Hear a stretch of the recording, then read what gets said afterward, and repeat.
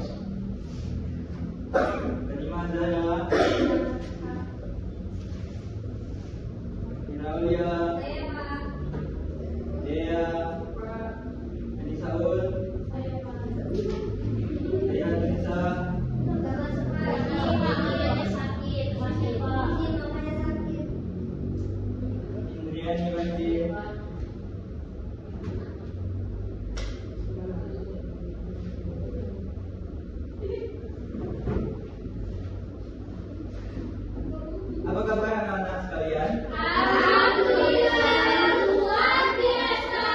Allahu Akbar.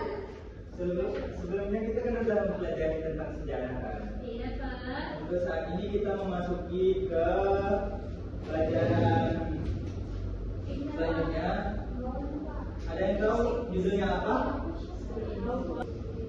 Jadi judul kita kali ini adalah masuknya Islam di Indonesia. Tapi sebelumnya kalian tahu nggak kalau di sini ada kejanggalan apa di PPT ini? Yang sering kalian dengar apa?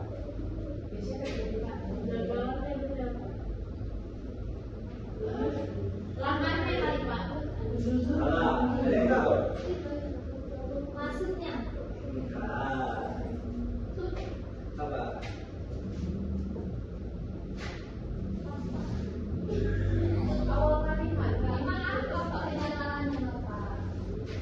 Biasanya kita dengar nih maksudnya Islam di Nusantara nggak sih?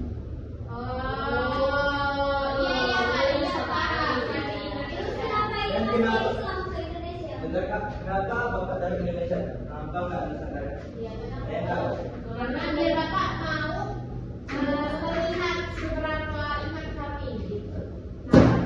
Tidak, dia lebih ke fokus gitu supaya. Kalau sebelah sini kenapa jadi dia? Coba. April, kenapa?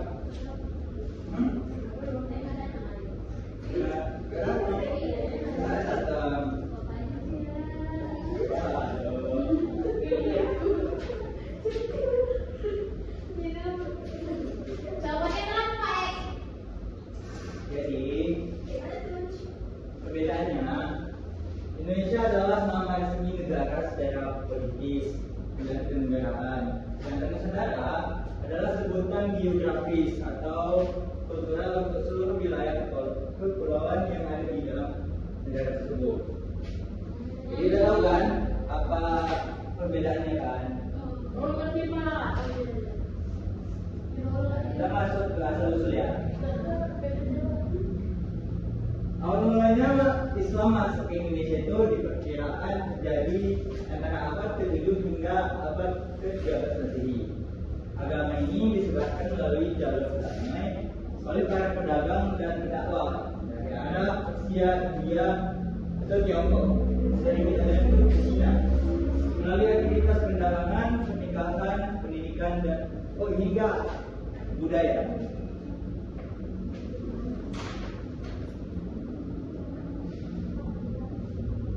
Sebelum ke selanjutnya nih, boleh kakak baca-baca dulu atau yang lain ingat-ingat dulu. Memang ini akan menjadi sebuah pertanyaan untuk kita tanya nanti.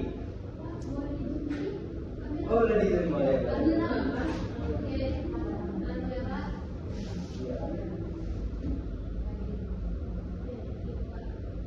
Kelihatan? Iya.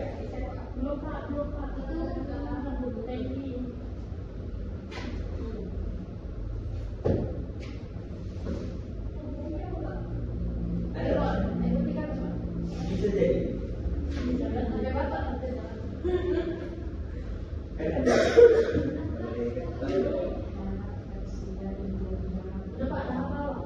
Enggak.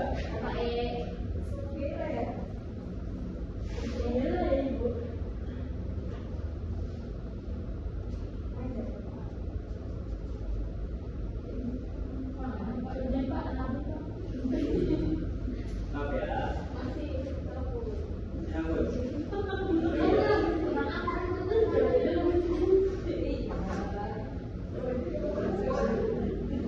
Nah, ada 4 teori utama. Yang pertama itu teori Arab, India, lalu Persia, lalu Tiongkok atau Cina. Yang kita ingat-ingat tadi kan ada yang termasuk di sini kan? Iya, Pak. Teori Arab didukung oleh Buya Hamka. Teori ini menyebutkan Islam masuk pada abad ke-7 langsung di tanah Arab, dari tanah Arab. Maaf ya. Bukti sejarahnya berupa perkampungan Islam di pesisir barat Sumatera. Ada yang di sini dan pesisir. Ada pusing ada? Ada pusing ada? Oh iya ya, saya lupa. Jadi kita jangan malu ya kalau dari pesisir. Karena dari sini kita belajar bahwasanya Islam masuk dari pesisir. Pada abad ke-13 bukti kuatnya adalah batu nisan Sultan Malik Al-Saleh. Terletak pada Raja Samudra Pasai yang bercorak khas berada. Ada tahu di mana letaknya Sultan Malik Al-Saleh? Samudra Pasai itu terletak di Aceh, Pak. Nah, kalau batu di sana Propos, Pak. Kalau Samudra Pasai Kok ditunggu udah kali loh? Ya.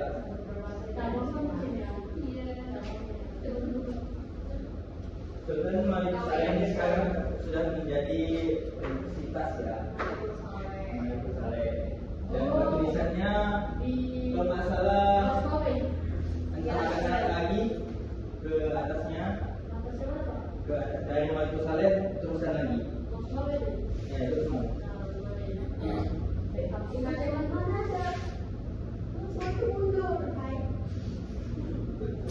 Oke, hai.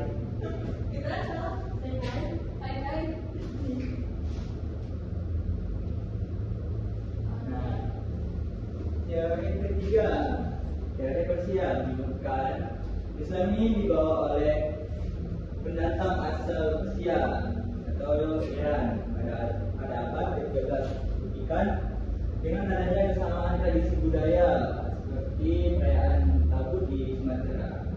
Oh, saya mau nanya nih, kan kakak-kakak orang Sumatera kan? Ada yang tahu kayak mana perayaan Tabut itu?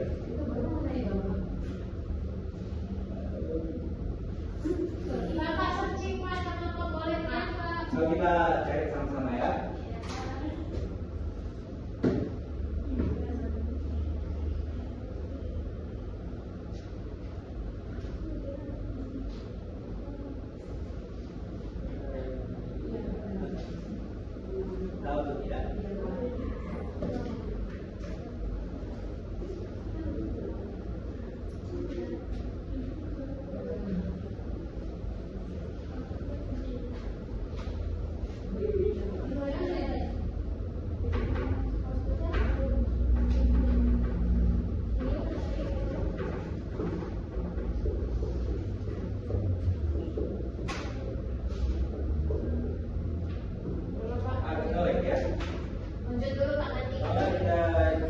yang PR aja ya.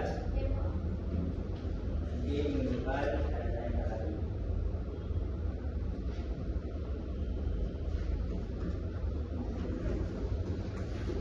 Nah, yang terakhir teori Tiongkok atau Cina, ya ini masuk pada dinasti Tang abad ke-7 melalui imigrasi dan dakwah Muslim yang menetap di wilayah Sumatera dan Jawa. Ini lebih kayak perkawinan itu masih. Orang ini dari saya rantauan, lalu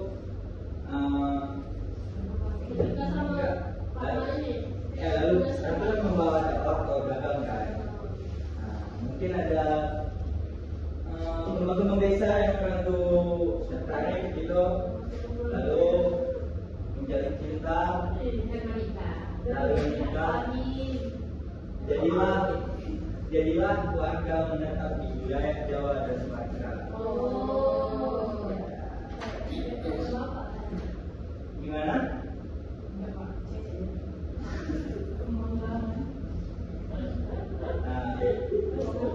Ini ada 4 jalur penyebaran utama. Yang pertama perdagangan, yang kedua pernikahan, yang ketiga pendidikan, dan yang keempat budaya.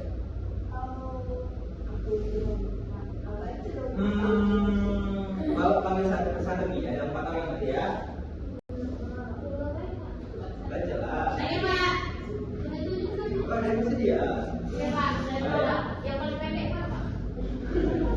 Yang paling pendek.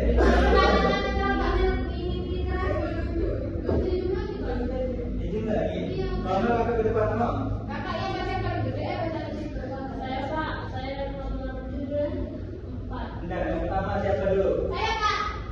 Maju. Jadi pendalaman ya. Maju ya Pak. Boleh. Biar ada Maju kan? Ayo masuk ke kamar. Oh, Pak, saya Udah lagi? perempuan.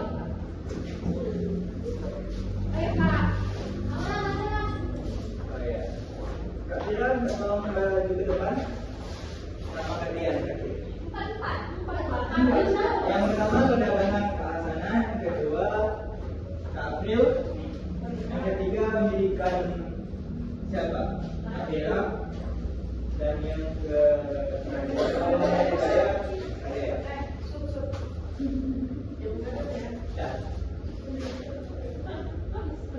Perdagangan, posisinya yang strategis membuat kepulauan Indonesia sering disinggahi saudagar Muslim. Sambil berdagang, mereka berinteraksi dan mengenalkan ajaran Islam kepada penduduk lokal.